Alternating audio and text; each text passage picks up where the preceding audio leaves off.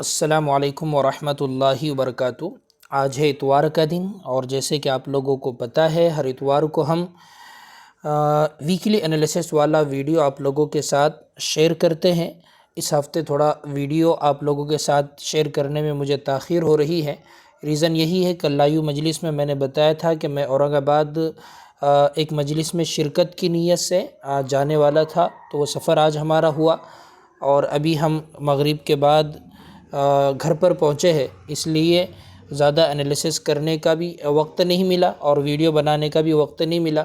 तो अभी कुछ देर में थोड़ा सा मार्केट को लेकर बैठा था, कुछ चीज़ें देखा तो सोचा कि एक वीडियो बनाकर आप लोगों के साथ शेयर करता हूँ। बहरहाल एक इत्तला आप लोगों के साथ ये देना है कि पूरे आलम के अंदर अल्लाह तबारक व तआला ने जिनसे इस्लाह मुआशरे का और अल्लाह ताला की मोहब्बत लोगों के दिलों में पैदा करने का और तसव्वुफ़ के लाइन से बहुत ही बड़ा काम अल्लाह ताला ने जिनसे लिया, हज़रत मौलाना पीर जुल्फ़िकार साहब जो अब रहमतुल्लाह अलैह हो चुके हैं, अल्लाह को प्यारे हो चुके हैं। आप लोगों से मैं बस यही दरख्वास्त करना चाहता हूँ कि आप अपनी इनफ़रादी दुआओं के अंदर ख़ुसूसन नमाज़ों के बाद हज़रत के लिए ज़रूर दुआए मग़फ़िरत फ़रमाएँ और अल्लाह ताला से दुआ भी करें कि अल्लाह ताला आपके दर्जात को बेइंतहा बुलंद फ़रमाए, जन्नतुल फ़िरदौस में अल्लाह ताला आपको आला मकाम अता फ़रमाए, आपके कब्र को अल्लाह ताला जन्नत का बाग़ बनाए, करवट करवट अल्लाह ताला आपकी मग़फ़िरत के फ़ैसले फ़रमाए और आपका फैज़ ता क़यामत ऐसा ही जारी व सारी रहे। अल्लाह ताला ने बहुत ही बड़ा काम हज़रत मौलाना पीर जुल्फ़िकार साहब रहमतुल्लाह अलैह से लिया है। बहरहाल आप कुछ ना कुछ इसाले सवाब कम से कम 3 मरतबा सूरह इखलास पढ़कर अपने इसाले सवाब का ज़रूर एहतमाम करें। एक दरख्वास्त हमारी आप लोगों से ये भी है कि भाई ये जो वीडियो हम इस वक्त आप लोगों के साथ शेयर कर रहे हैं, ये सिर्फ़ और सिर्फ एजुकेशन और लर्निंग पर्पज़ से है। हमारी तरफ से बाय सेल का बिल्कुल भी रिकमेंडेशन नहीं है। और एक ज़रूरी इत्तला ये भी है कि हमारा जो MM ट्रेडिंग ज़ोन ऐप, उसके अंदर जो कोर्स है जिसके अंदर हम लोगों को मार्केट सिखाने समझाने की कोशिश करते हैं, तो मोटी बात यह है कि अगर आपको ऐसा लगता है कि मैं आपको कुछ सिखा सकता हूँ, समझा सकता हूँ और आप अपना पैसा लॉस के अंदर डालने के बजाय अपनी ज़ात पर इन्वेस्ट करके उसको अगर मजबूत बनाना चाहते हैं, आपके पास वक्त है, आप सीख सकते हो, समझ सकते हो, प्रैक्टिस कर सकते हो, तो कल के दिन सुबह में 8 बजे से ही इंशाल्लाह कोर्स का ऑफ़र जो है वो ओपन होगा, तो आप उसके अंदर हिस्सा लेना चाहे तो ले सकते हो। बहरहाल चलिए हम अभी मार्केट को ओपन करके देखते हैं। देखिए हमेशा की तरह मार्किंग वही है, इसलिए कि कुछ चेंज यहाँ पर अगर आप देखेंगे तो पिछले कई हफ्तों से कुछ भी बदलाव यहाँ हमें देखने को नहीं मिल रहा है। सप्लाई ज़ोन की एक नॉर्मल मार्किंग करके रखी हुई है, मैं इसे को देखता हूँ, ऊपर जाता है तो सेलिंग प्रेशर आता है, नीचे अगर मार्केट आता है तो वहाँ से बाइंग आना स्टार्ट होती है। कंटिन्यू यही सूरत हाल मार्केट की चल रही है। जब तक मार्केट इसको ब्रेक करके ऊपर क्लोजिंग नहीं देता है तब तक हम इसके ऊपर बुलिश नहीं हैं, और जब तक इस लेवल को ब्रेक करके नीचे क्लोजिंग नहीं देता है तब तक हम मार्केट के ऊपर बेरिश नहीं हैं। टेक्निकली एतबार से प्रॉब्लम पिछले वीडियो के अंदर ही मैंने आप लोगों के साथ शेयर किया हूँ कि निफ्टी के अंदर क्लासिक बेरिश डाइवर्जन है और मिड कैप के अंदर भी क्लासिक बेरिश डाइवर्जन है, और फंडामेंटली एतबार से FII की सेलिंग और उसके साथ में रुपये का कमज़ोर होना, ये दोनों रीज़न ऐसे हैं जो मार्केट को ऊपर की तरफ जाने नहीं दे रहे हैं। रुपया थोड़ा सा अगर मजबूत होता है और FII की सेलिंग थोड़ी सी मार्केट के अंदर आती है तो ब्रेकआउट होने के चांस है, और अगर रुपया और कमज़ोर होता है, FII की सेलिंग और ज़्यादा बढ़ जाती है, तो टेक्निकली एतबार से तो थोड़ा सा प्रॉब्लम है ही, वो मार्केट को गिराने के लिए काफ़ी है। तो बुलिश हम ऑल टाइम हाई के बाद होंगे और बेरिश हम इस लो के बाद होंगे। तब तक मार्केट साइडवेज जैसे चढ़ रहा है वैसे ही चलता रहेगा। आप देखेंगे कि नीचे के लेवल पर आने के बाद यहाँ पर बहुत अच्छे तरीके से जुमेरात और जुमा इन 2 दिनों के अंदर बाइंग आती हुई हमको नज़र आई है।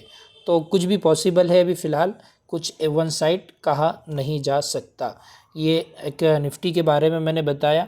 दो सेक्टर मुझे काफ़ी दिनों से अच्छे लग रहे हैं, उसके बारे में मैं डिस्कस करता हूँ। पहला सेक्टर है निफ्टी ऑटो। अगर आप देखेंगे कि एक बहुत ही मतलब एक बड़ी गिरावट यहाँ पर हमें देखने को मिली, उसके बाद उतनी ही शानदार रिकवरी, ब्रेकआउट लेवल से पहले यहाँ पर काफ़ी अच्छे से सस्टेन किया। 2 हफ्ते बल्कि 3 हफ्ते हो गए ब्रेकआउट लेवल के ऊपर मार्केट निफ्टी ऑटो इंडेक्स यहाँ पर क्लोजिंग दे रहा है। कुछ गिरावट आई, उसके बाद अगर आप देखेंगे तो गिरावट के बाद फ़ौरन यहाँ पर निफ्टी के अंदर जैसी ही बाइंग आती हुई नज़र आई, यहाँ पर भी हमको बाइंग आती हुई नज़र आई। ठीक है, तो यहाँ पर ये भी सेक्टर काफ़ी अच्छा लग रहा है। तो निफ्टी ऑटो ये जब अच्छा लग रहा है तो ऑटो सेक्टर के जितने भी स्टॉक अच्छे हैं, स्ट्रांग है, उसको आप एनालिसिस कीजिए। उसका भी इसी तरीके से कहाँ पर अच्छा ब्रेकआउट हो रहा है या कोई अच्छे डिमांड जोन की तरफ आ रहा है, कोई अच्छे सपोर्ट जोन की तरफ आ रहा है, किसी अच्छे रजिस्टेंस को ब्रेक कर रहा है, तो निफ्टी ऑटो के जितने भी ऑटो सेक्टर के स्टॉक है उसके ऊपर आपकी नज़र होना चाहिए। दूसरा इंडेक्स निफ्टी मेटल है। तो मेटल सेक्टर के अंदर भी अगर आप देखेंगे तो ये चार्ट मैंने टेलीग्राम पर भी आप लोगों के साथ शेयर किया था। एक अच्छा यहाँ पर अपमूव देखने को मिला, उसके बाद एक बहुत बड़ी गिरावट, उसके बाद उतनी ही ज़्यादा शानदार रिकवरी, और ये जो रजिस्टेंस लेवल है उसके पास यहाँ पर ब्रेकआउट के बाद काफ़ी अच्छा सस्टेन कर रहा है।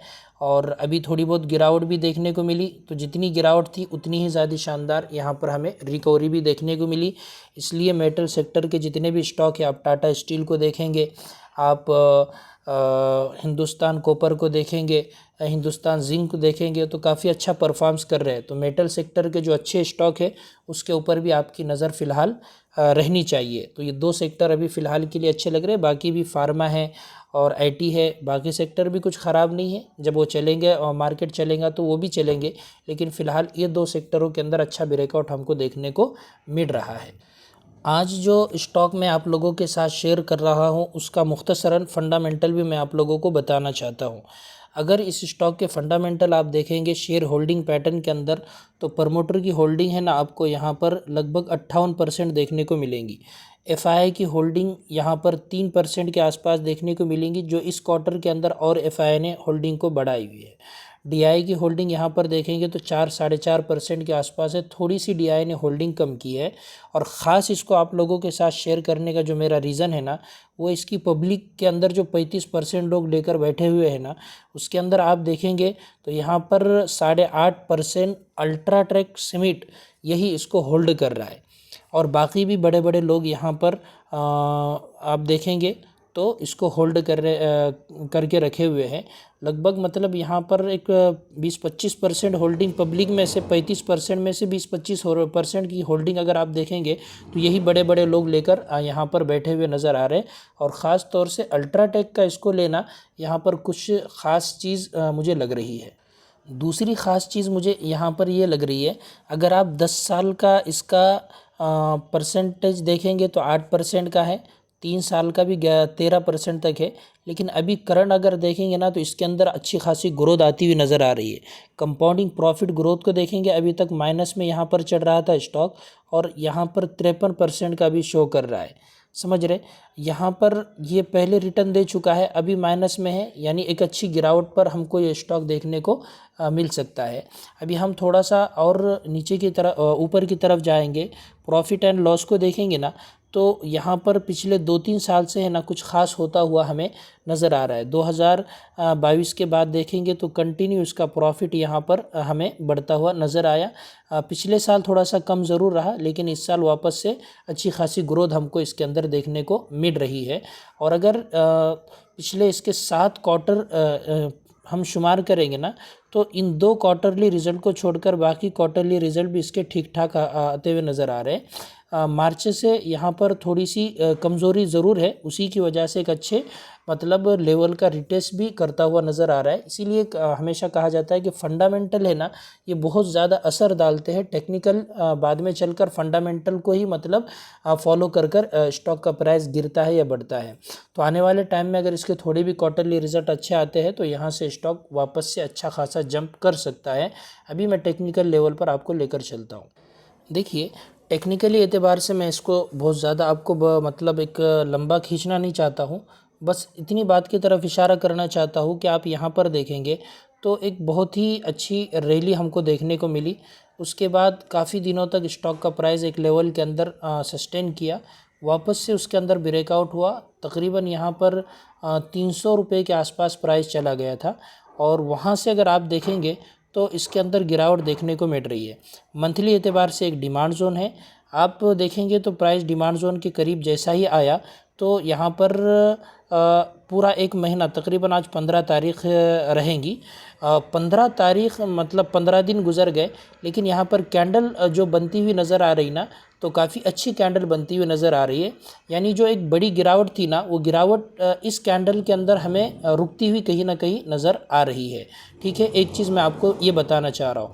दूसरी चीज़ ये बताना चाह रहा हूँ, जब यहाँ से प्राइस ऊपर की तरफ गया ना, आप यहाँ पर देखेंगे वॉल्यूम काफ़ी अच्छा आ रहा था और प्राइस एक ऊपर के लेवल से नीचे की तरफ गिरते आया, लेकिन यहाँ पर मतलब लोग सेल करने के अंदर माल को बिल्कुल भी दिलचस्पी नहीं बता रहे।